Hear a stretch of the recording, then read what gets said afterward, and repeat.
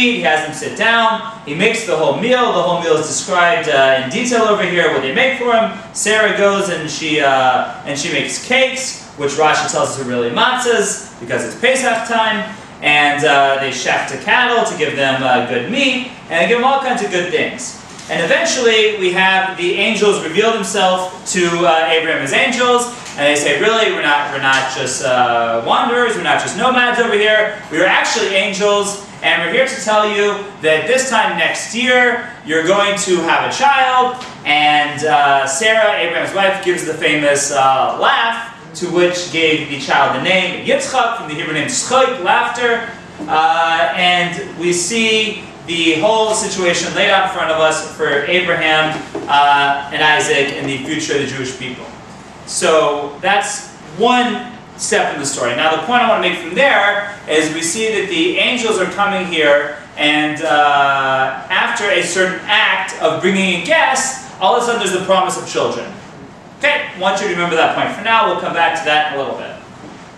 Story goes on, and it's very interesting that, so to speak, the angels leave to do what they need to do, and God is sitting there pondering. If you look in verse 17, God says, and Hashem said, shall I conceal from Abraham what I do? Now that Abraham is surely to become a great and mighty nation, and all the nations of the earth shall bless themselves by him. For I have loved him, because he commanded his children and his household after him that they keep the ways of Hashem, doing charity and justice, in order that Hashem might then bring upon Abraham that which he has spoken to him. So Hashem said, because the outcry of Sodom and Gomorrah has become great, and because their sin had become very grave, I will descend and see if they act in accordance with its outcry, which has come to me, then destruction, and if not, I will know.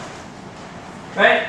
And then the angels go on their way, and Abraham comes forward, and we have the great, one of the greatest negotiations in the history of the world. Abraham starts asking God, what if there are 50 righteous people? What if there are 45? What if there are 40? What if 30, 20, 10? Very interesting interchange between God and Abraham vis-a-vis the situation and vis-a-vis the situation that's about to take place in Sodom and Gomorrah. But this lays the whole stage for Lot and his daughters.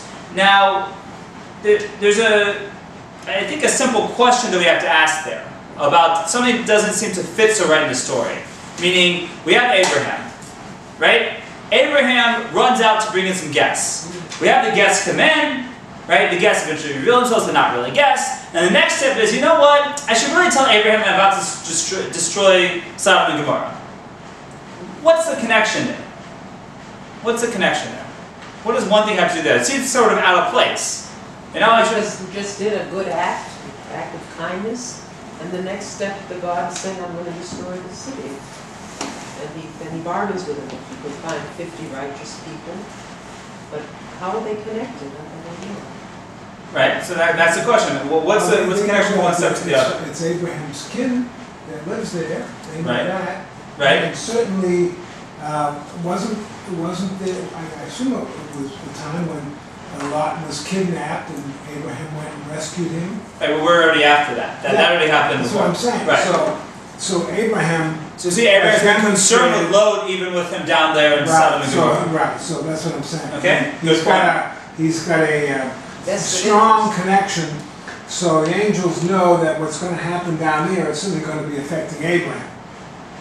Not a bunch of just strangers down there. Right. And I think Abraham's already aware that it's a wicked city. Right, so you're saying Abraham has a vested interest in what happens over there. Right. Okay, good point. Anyone else? I don't really see the connection between welcoming the guests and being told that it's going to be destroyed. I have a question about Lot's daughters. Mm-hmm. I don't know where this comes into the story, but don't men in Sodom or Gomorrah say they want to have relations with other men, and Lot says, don't do that, use my daughters. Excellent, excellent point. That's going to be a big focus of tonight's class. What was going on over there? I got other questions related to that. Yeah, we're going to be focusing heavily on that in about We'll get to it in about 5 minutes. We're going to bring that up. That's a very strange, to say the least, part of the Torah, and we're going to try and shed some light on that as much as we can. We're going to start tonight's class. We'll continue in next week's class, but that's a very good point you're making, the David. And they weren't even Greek. Right, they weren't even Greek. And Nancy?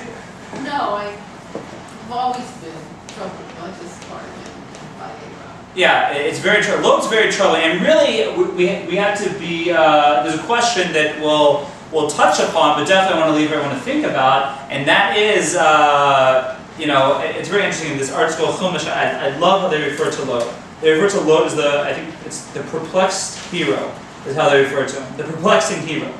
That's kind of a good way to say it. Is the guy a hero or is he not a hero? Is he a good guy or a bad guy? How do we look at Lot?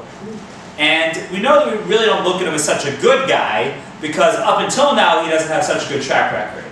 And any time where he has a good thing happen to him, like Chuck mentioned with being saved with the War of the Four Kings and the Five Kings, like you're suggesting over here, it's all because of his connection with Abraham. In and of himself, it doesn't seem like he has such a merit over here.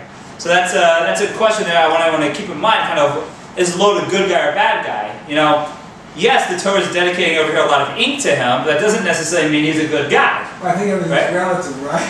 Compared to the other ones in Sodom and Gomorrah, he was. And that's a very good point, Chuck. You make an excellent point that everything is relative. We're going to see that relativity is going to play very strongly over here, and it's going to be that relativity that's going to be the salvation for Lot. Yeah, David? Lot is Abraham's nephew? It's Abraham's nephew. Yeah, he is Abraham's nephew and Sarah's brother.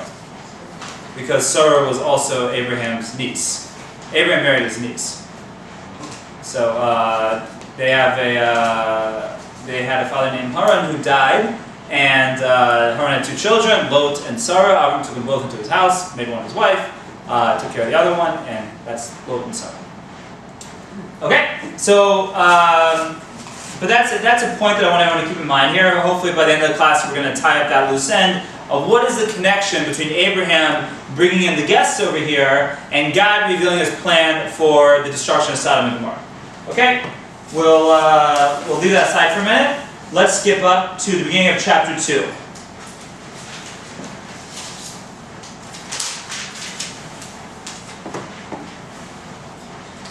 Okay, so we have here the two. I'm sorry, we're on page 84 or 85. Page 84 or 85. Okay, so the 2 angels came to Sodom in the evening, and Lot was sitting at the gate of Sodom. Now Lot saw and stood up to meet them, and he bowed, face to the ground. And he said, "Behold now, my lords, turn about, please, to your servant's household, spend the night and wash your feet, then wake up early and go on your way." And they said to him, "No, rather we shall spend the night in the square." And he urged them very much. So they turned toward him and came to his house. He made a feast for them and baked matzahs, and they ate. They had not laid down when the townspeople, Sodomites, by the way, where the name sodomy comes from, right? Converged upon the house, from the young to the old, all the people from every quarter, and they called to Lot and said to him, "Where are the men who came to you tonight? Bring them out to us that we may know them." Again, that term knowing in the Torah always means a sexual act. So over here it means sodomy. Lot went out to them to the entrance and shut the door behind him. And he said, "I beg you, my brothers, do not act wickedly. See now, I have 2 daughters," David's point from before, "who have never known a man. I shall bring them out to you, and do to them as you please. But to these men do nothing, inasmuch as they have come under the shelter of my roof." And they said, "Stand back." Then they said, "This fellow came to sojourn and would act as a judge. Now we will treat you worse than them."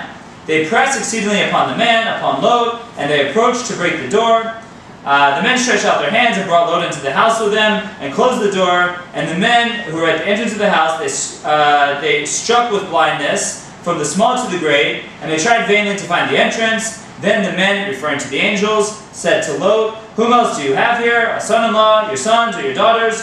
All of you have in the city removed from the place. All they have in the city removed from the place. For we are about to destroy this place, for their outcry has become great before Hashem, so Hashem has sent us to destroy it."